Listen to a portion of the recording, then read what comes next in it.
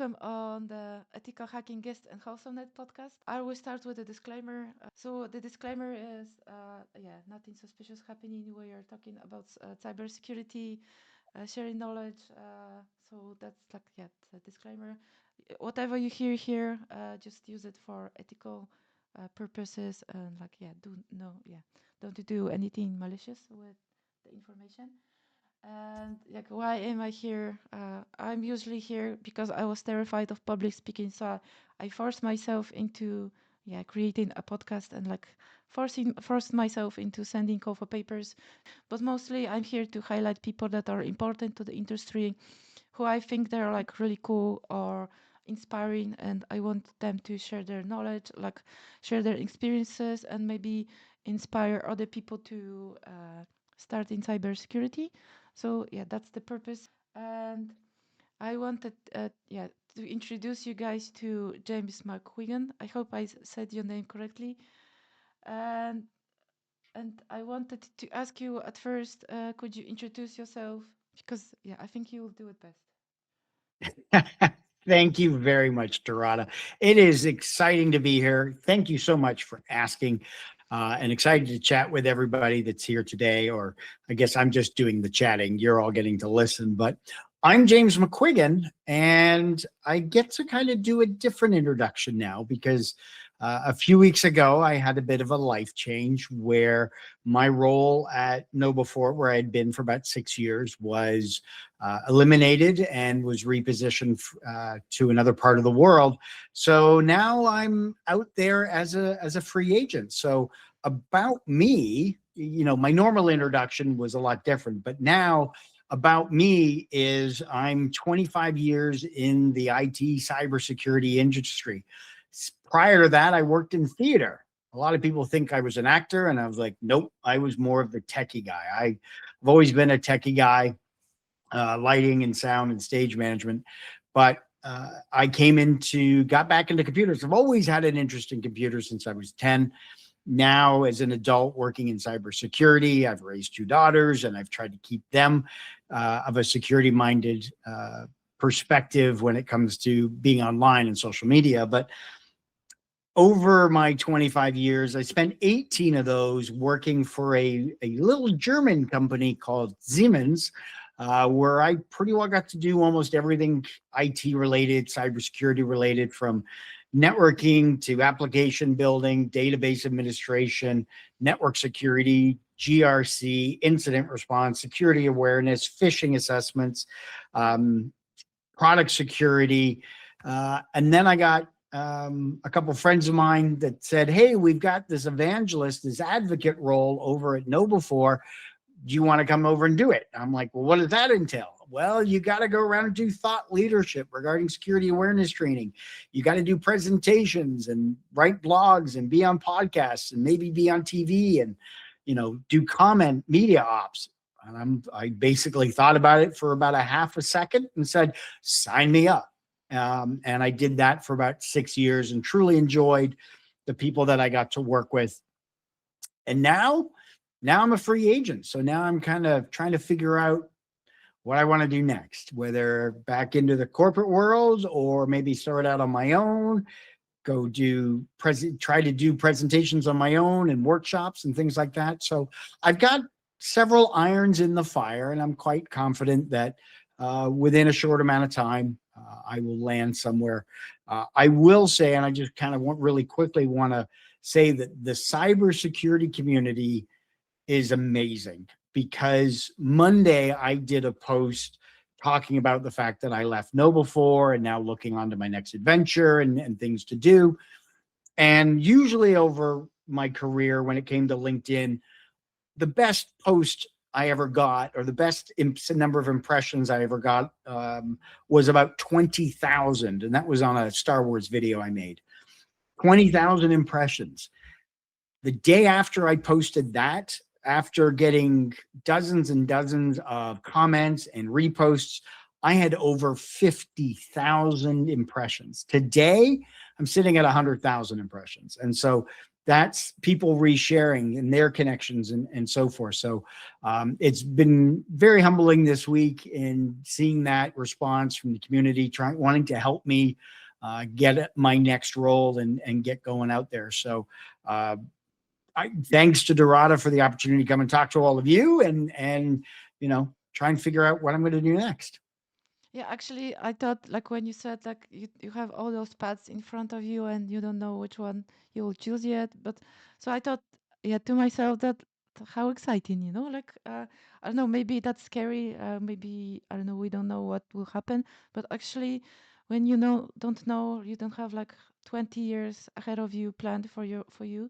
I think that's exciting, and I do believe that life works in mysterious ways. And if one door is closing, then another bigger door is opening. So, and the bigger door couldn't open because you were still like in the previous room. So, yeah, I do believe something great is like written for you, and you will do great things. And also wanted to say I really love.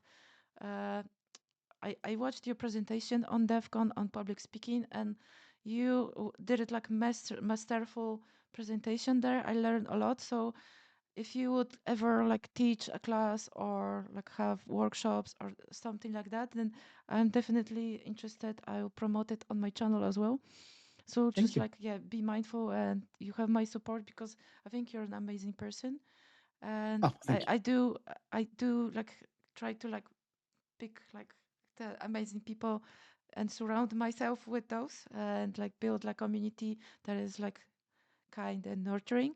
So, and you are like one of the people that I want, like, yeah, in that community, and to have like a positive influence on me.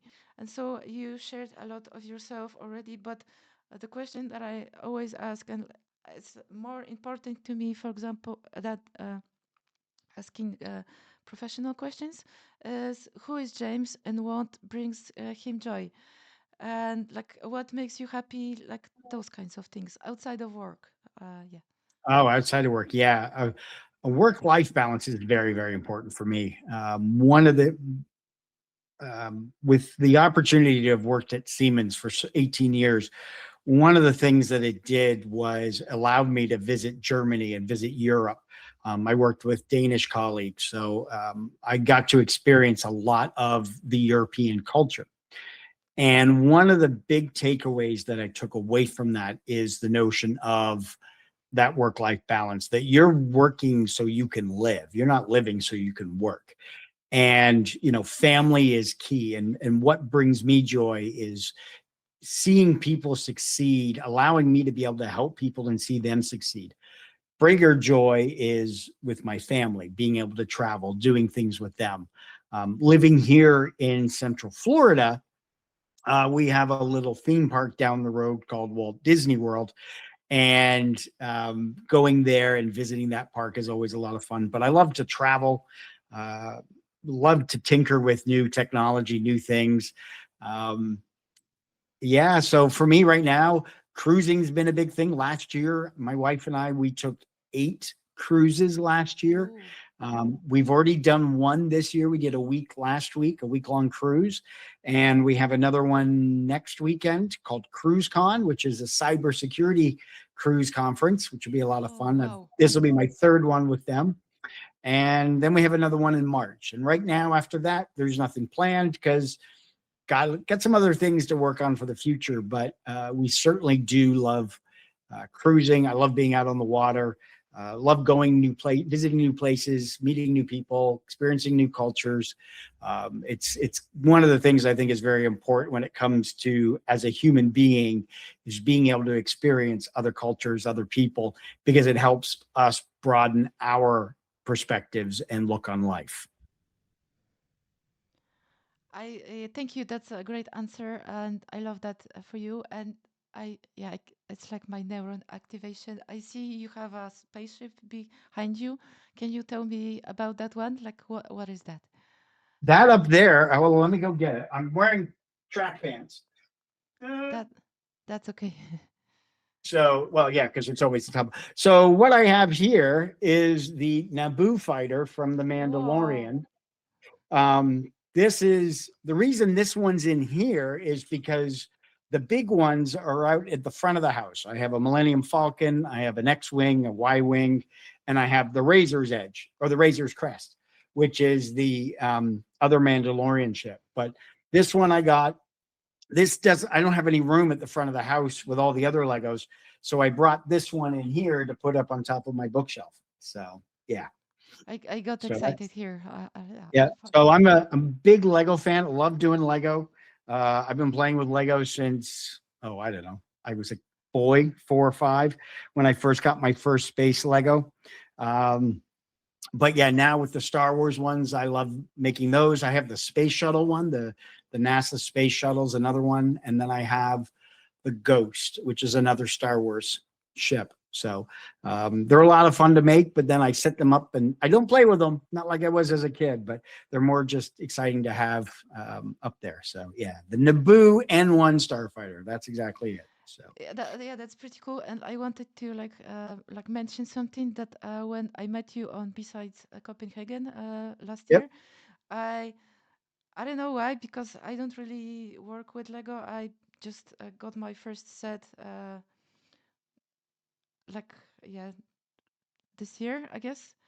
And so I started my adventure with Lego just now, and there I saw you on beside Copenhagen, and I thought, oh, I have to like let's mention Lego, yeah. And so it was funny because I met you, and I thought, okay, Mm, you're a Lego guy. I don't know why. That's like so bizarre, and I didn't know that about you. So yeah, it's like there you go. Learn something new every day. yeah, it's like yeah, how my mind works sometimes. Okay, but like I digress. Thank you for answering and showing me that Sure. spaceship. I'm a big Mandalorian fan, actually. So let's get back on the topic. What made you think this is it when you entered cyber, and what advice do you have for people entering the industry now? This is good. When I got into cyber, what was kind of, what was it that made me realize this is it? And I think a lot of it comes down to when I met our director of corporate security. Her name is Sarah Bynum.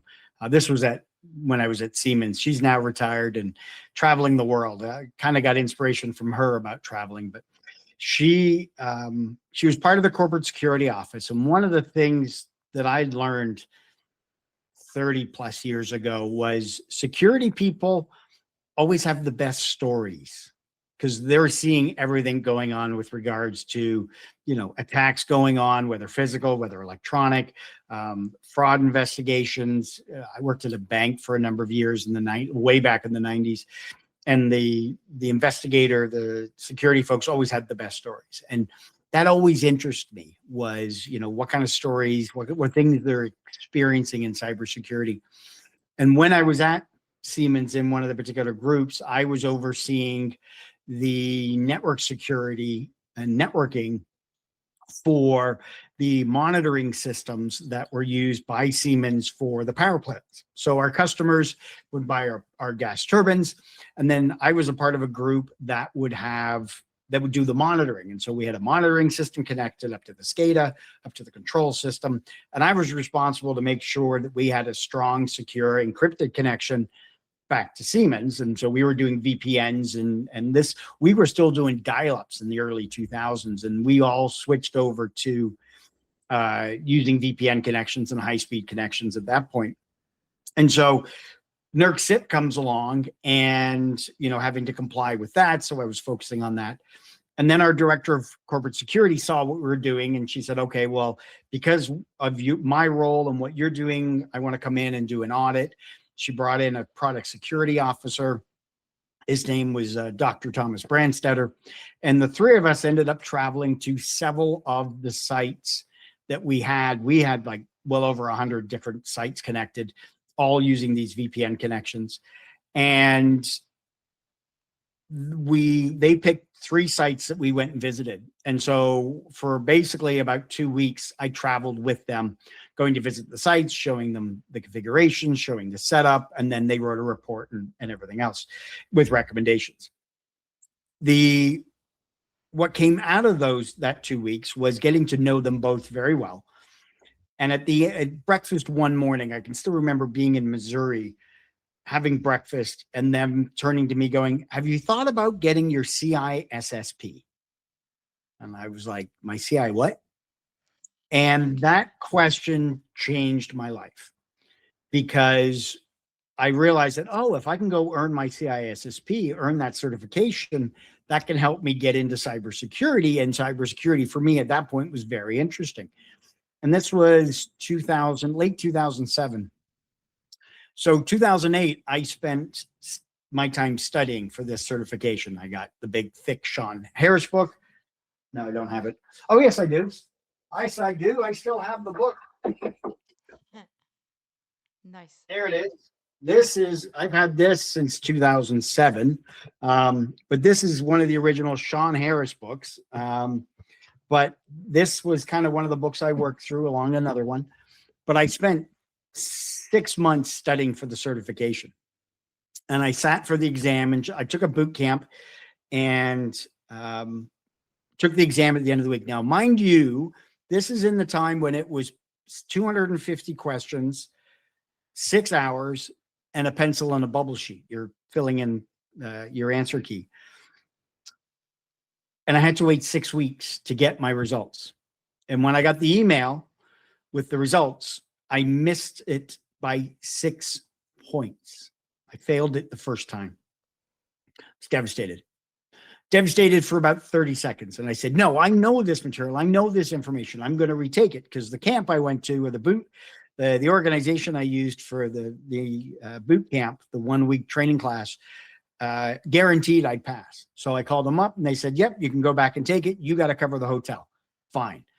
What I did though, and she's now learned it years later, but my instructor that I had in that course, I found out where she was again, and I went back to her because I liked her teaching style. I liked how she did the course, and I knew it wasn't her. It was me that had to learn it. And so I sat for the exam again, and was extremely frustrated because I wasn't liking the answers that I had to pick from. And I passed that time, and that was October of 2008. And for me, since then, that was how I got into cyber. That was through the people at Siemens kind of guiding me in there. And then once I got in, it was, the doors opened and I was able to do so much more. And it's been incredible along the way.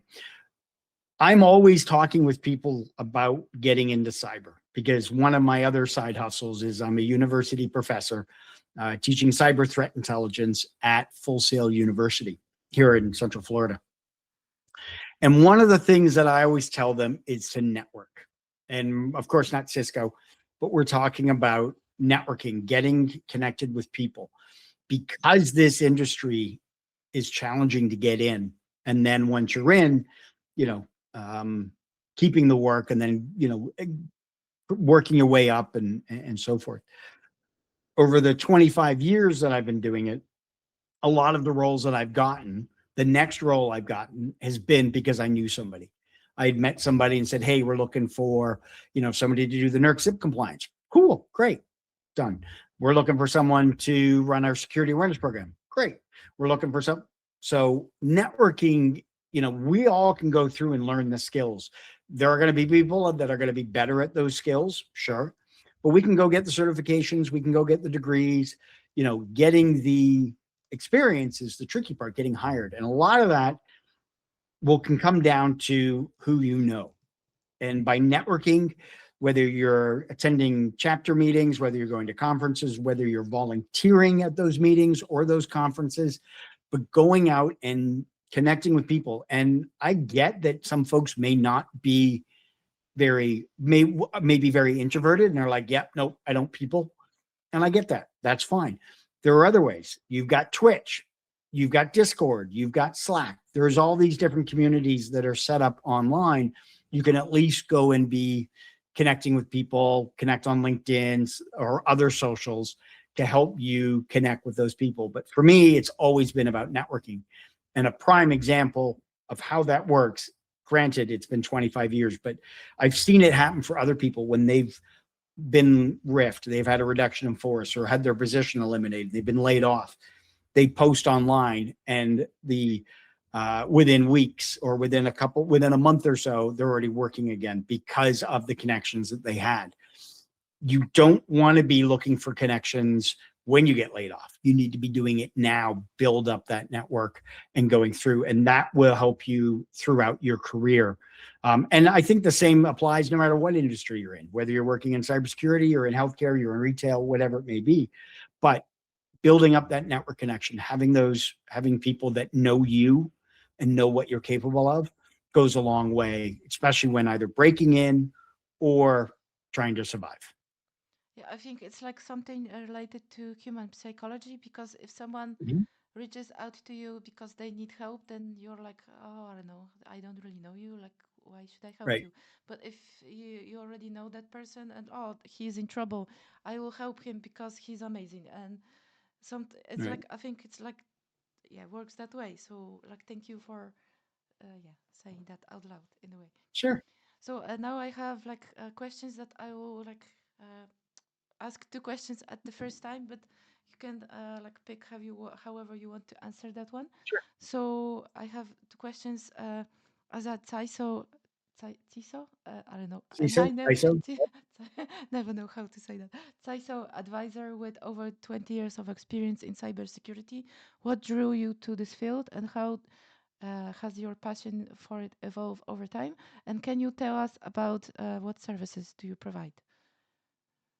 Yeah. So working as a CISO advisor, that was a lot of fun because that was out there educating for me. And that was something that I discovered like, where am I now? Like 10 plus years ago, 12 years ago, I realized I love the educating aspect. I was going to schools doing student presentations on how to, stay safe and secure online, being, a good digital citizen, so to speak. And I really discovered how much I enjoyed that and discovered that passion. That led me to teaching at a local college. And then with the role at KnowBe4, going out, educating people, making them aware of current trends, current events, whether that was things from social engineering, phishing attacks, AI, generative AI, all of that. It was extremely important to me that that's what I wanted to do, was to go out and help educate. And so being a professor now at the university um, is fantastic. And it's something I really like. And that's what's drawn me in and kept me here. Now, where I am with my role is I want to continue that. I want to continue doing that education um, and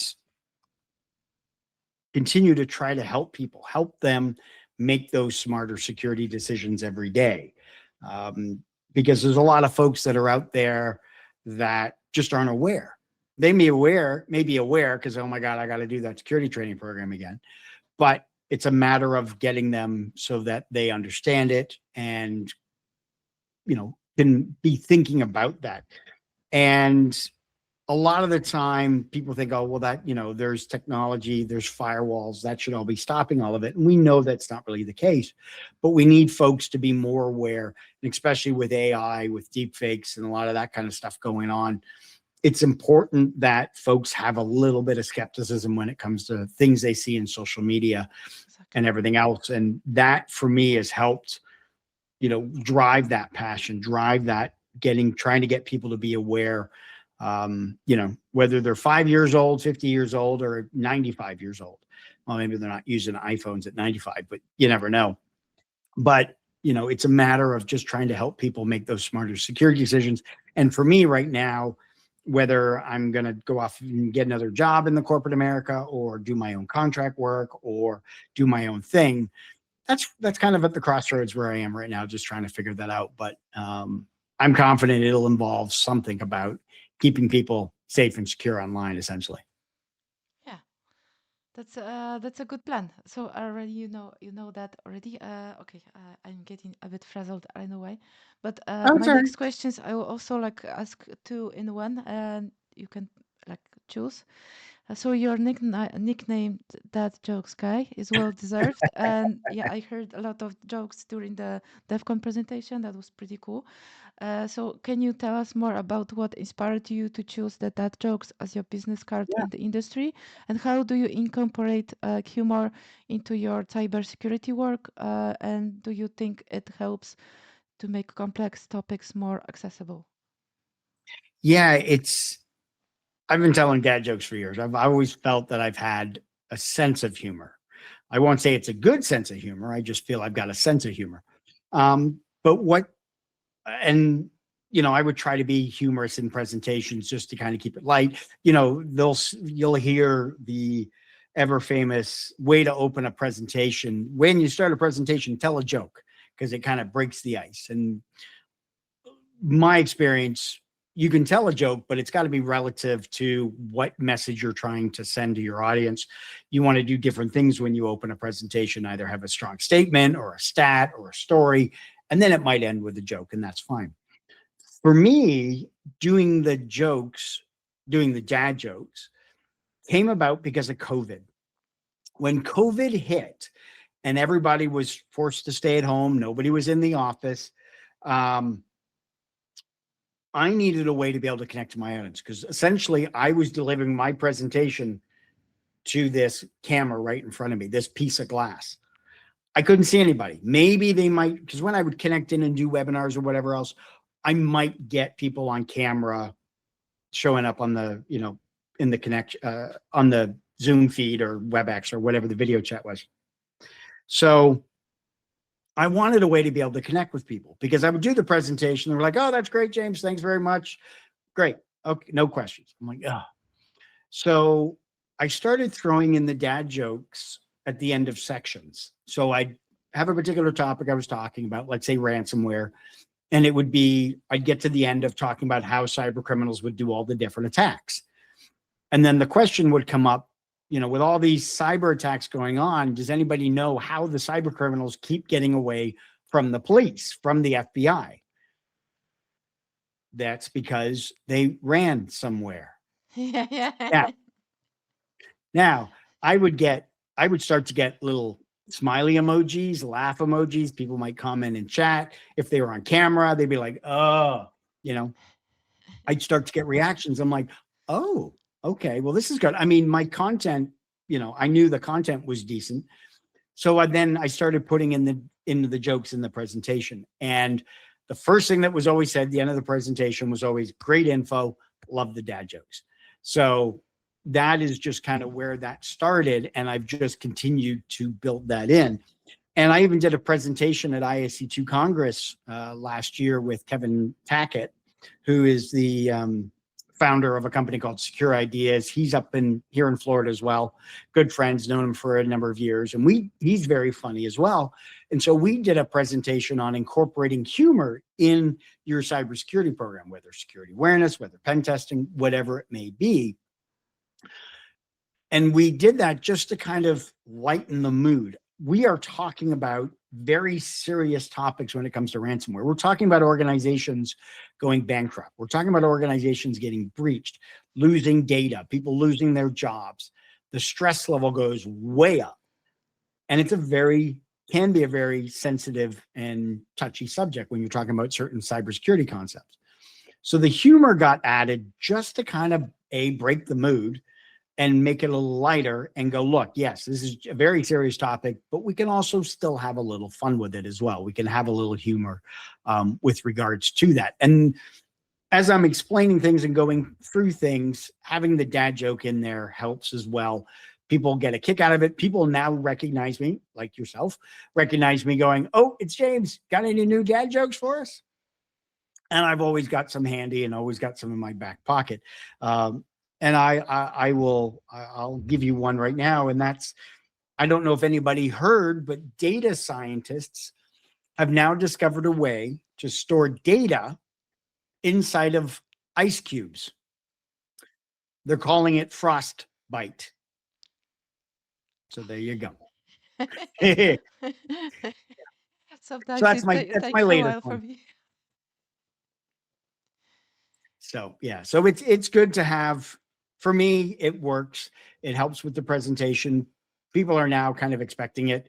I emceed a conference back in November, and I was very serious with the conference because it was an industrial control system conference, and I didn't want to just be funny with it all the time. And I had people coming up to me at the end of the day going, "Hey, you going to tell us any dad jokes?" I'm like, "Oh, okay, everybody wants, all right." So then day two, I sprinkled some more in, but it's kind of funny when people recognize you more for your dad jokes than your cybersecurity. Oh, but he talks about cybersecurity. Dad jokes are the best. So I'm like, all right. Yeah, that's your thing. So that's what Yeah. people and everyone loves that joke. So yeah, Yeah. I It would love be that like if joke. you showed up in like a blue dress. It'd be like, where's Dorada? I don't see the woman in the red Yeah, dress, right? I actually used to wear only blue, like yeah, a few years back. Ah, But then I don't know if blue is actually my color. Like I feel more like red, and it's like more layers about like the red teaming part of offensive security, right. the woman Yep. in the red dress, and like from the Matrix, and like a lot, Right. yeah, a few other things. But actually, I wanted to ask a question from the chat. Is there a book with your best cyber jokes? Oh, that's a good question. I'm working on one. Me and a friend of mine, he wrote one. He had a little book on dad jokes, on cyber dad jokes. We're getting together. We're Michelle? working. We're going to put one out of both of us with all of our different dad jokes. So yeah, it's coming. Yeah, I think I saw a book like that from Michelle Khan. I'm not sure. That's exactly who I'm teaming up with. Michelle and I are going to That's team the up. We're best going to person hope. to do it. Yep. Hopefully we'll be able. I'm taking all my jokes. He's taking all of his. We're going to slap them together, kind of put it together, spruce it up, and we'll see. An So explosion we're in of laughter. negotiations and conversations. Thank you. Yeah, that's great. We're looking forward. And okay, so getting back to more like yeah, serious subjects and questions, I wanted to ask, your mission is to empower everyone to be safe and secure online. Like I read your LinkedIn profile very meticulously. So can you share a success story of a particularly meaningful experience where this has happened? A success story. Wow. Um, it's interesting because a lot of the conversations I have, I never really am sure if it ever sticks. I talk with people and share ideas. Um, I think one of my and it's an interesting little story, and it's with my wife. You know, my wife for a number of years, well, for 25 years, was a school teacher, and I would go to her school every year to her fifth grade, her 10-year-olds, and I would deliver a presentation to them on how to be safe and secure online, especially with social media. Because when I was doing them, Facebook was out, Instagram was out, YouTube was out, Snapchat had just barely come along. There was no TikTok. And so it was a matter of, people were competing for um, they were competing for the likes, and the number of friends they had online and everything else. And I remember going into the school, and I had all the students sitting in front of me, and I had some kids sitting in the back, and they were watching.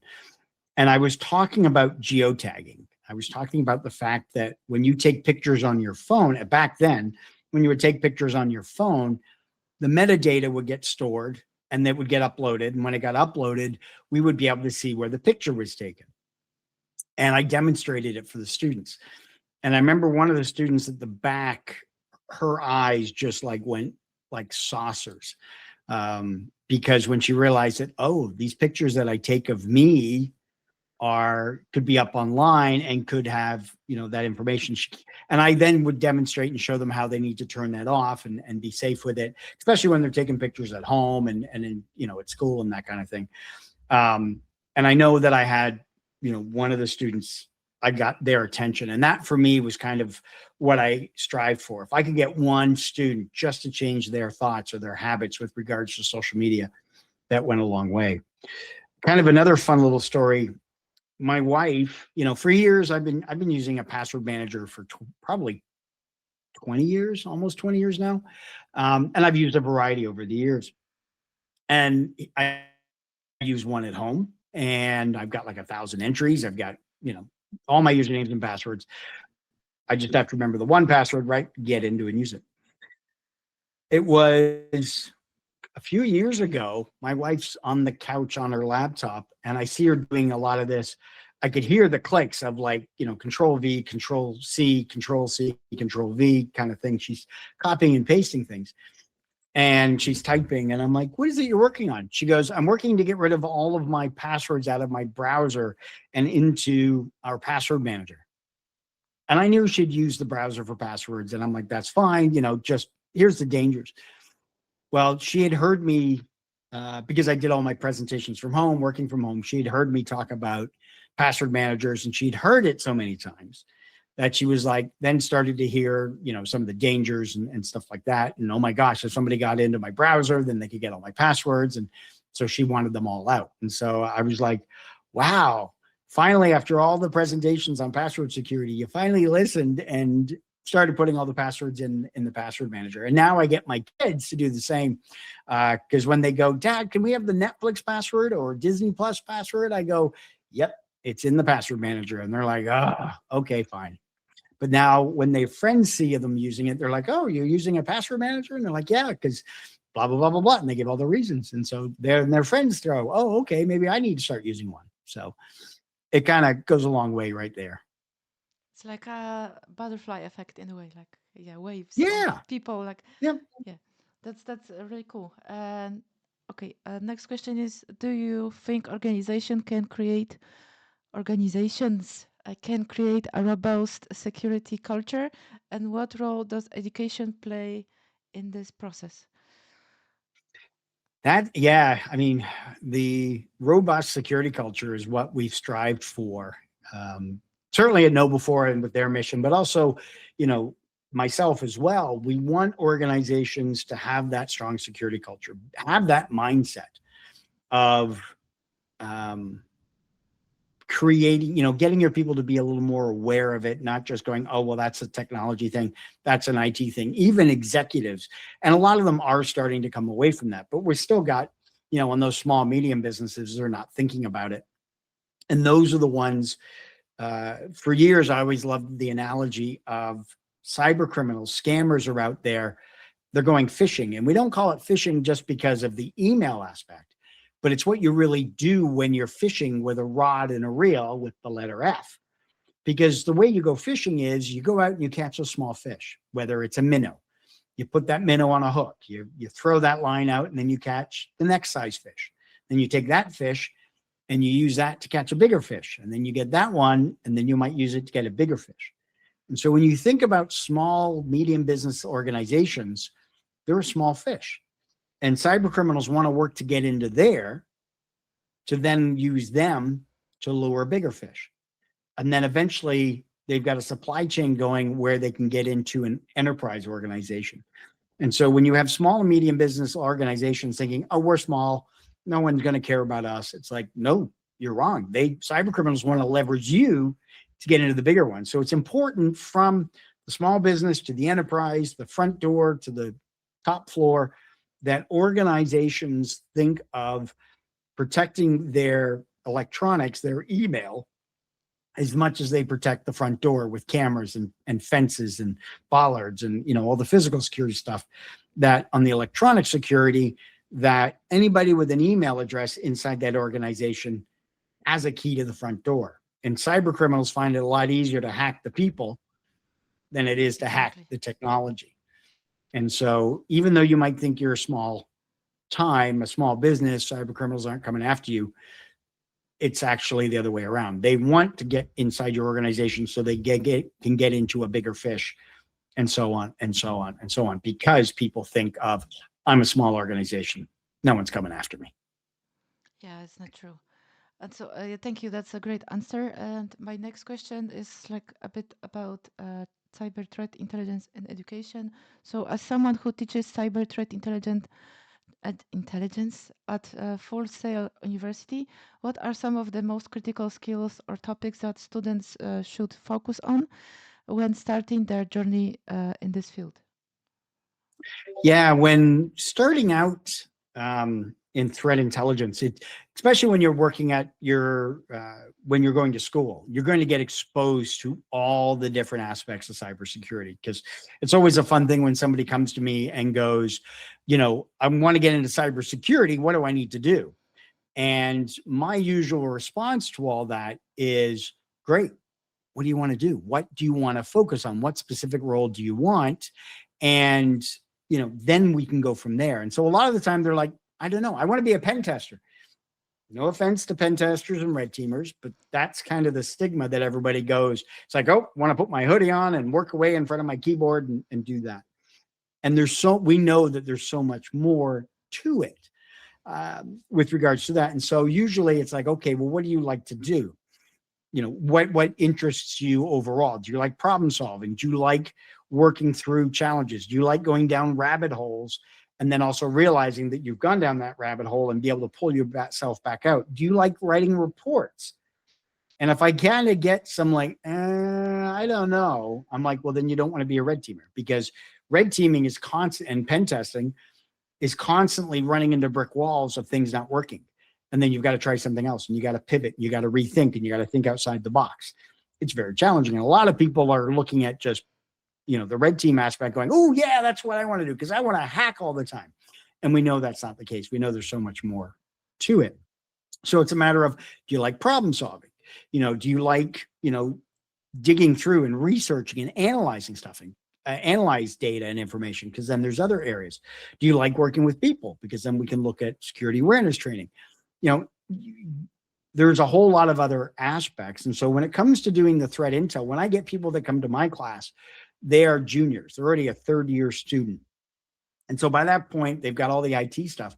So my goal getting into threat intel is telling them, do you like doing research? Do you like analysis, going through and picking apart something, again, thinking outside that box, looking for information that might be impacting your organization, threat hunting, looking inside your organization, doing that investigative stuff.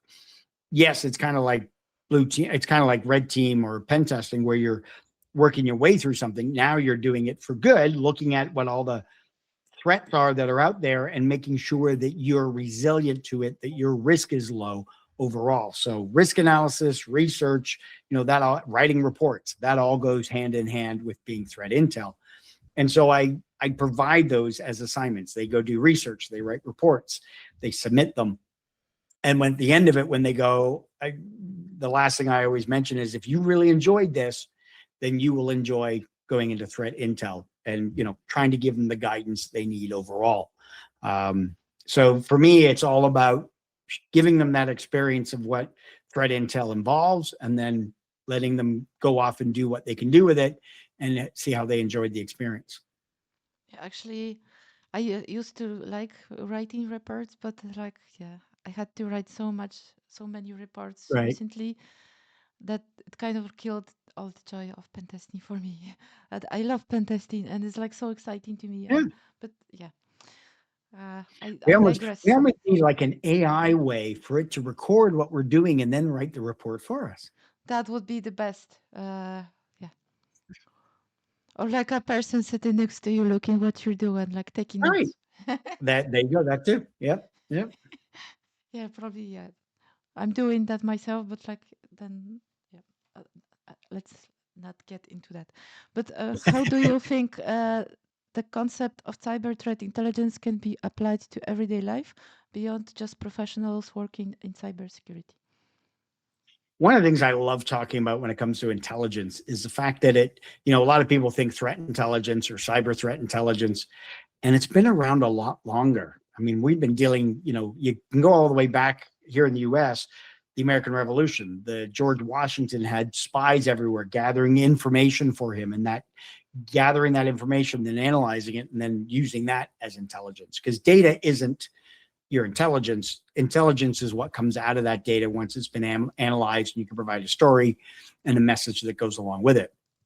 And everyday life for all of us, for me right now, looking at, okay, what kind of careers, what kind of jobs, what kind of roles are out there, I'm doing my research by chatting with people that have been in the same spot as I have, having you know, being let go from a role, having a conversation with them. What did they learn? What were their challenges? What worked best? What didn't work? If they could do it all over again, what would it be? And now I'm having dozens of these conversations with people and basically documenting the notes. And then when I've got it all, I'll have my intelligence of understanding, okay, what is going to be my best path going forward? What is it I want to do with regards to my next career move? And so, we're always gathering intelligence. We're always gathering information from whatever source and whatever it is that, decisions we need to be made. And so,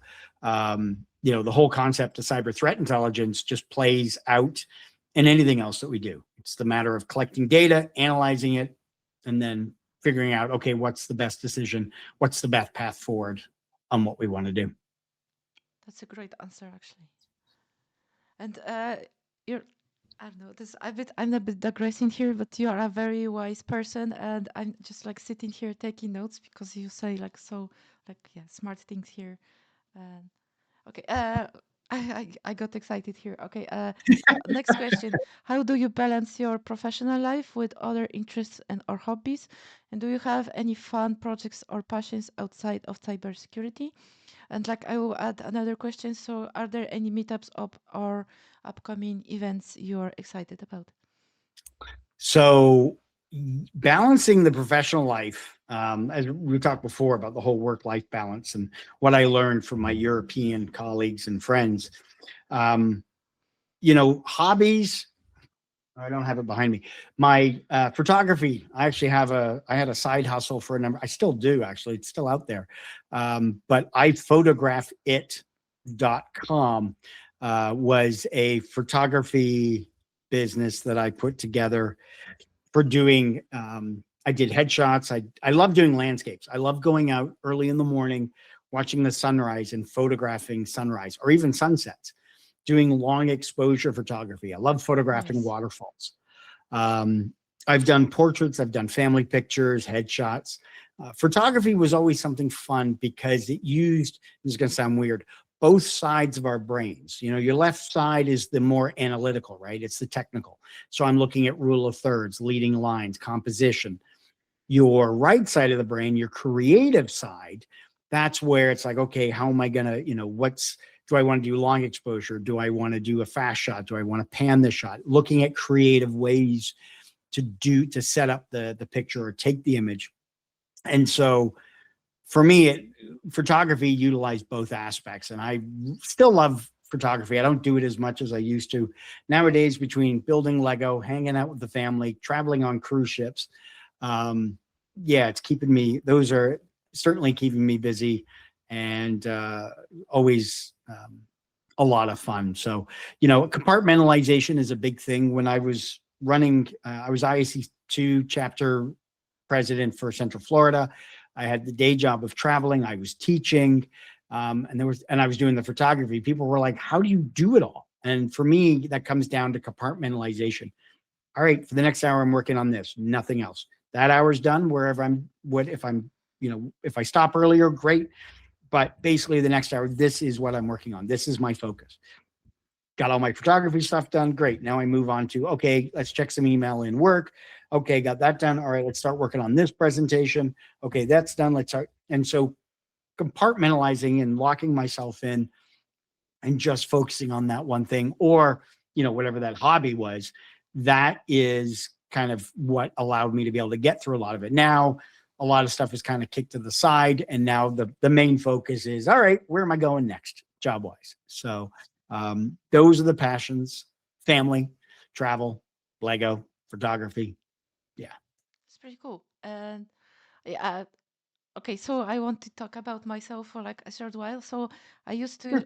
I don't know, maybe you know that about me, and like maybe I'm still like working on that, but I used to be very, very shy and like introverted, and I didn't really know how to talk to people. I was like, oh, am I a bother? Like all those kinds of things. And now I'm like growing more confident and like out there, and I am on a podcast, I have a presentation, but like not many people know that about me that.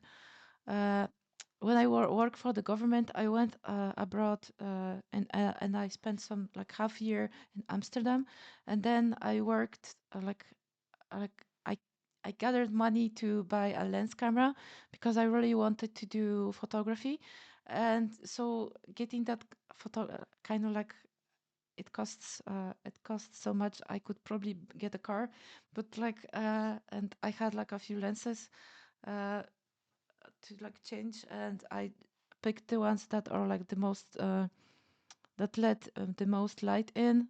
So because I really Right. liked the Yep.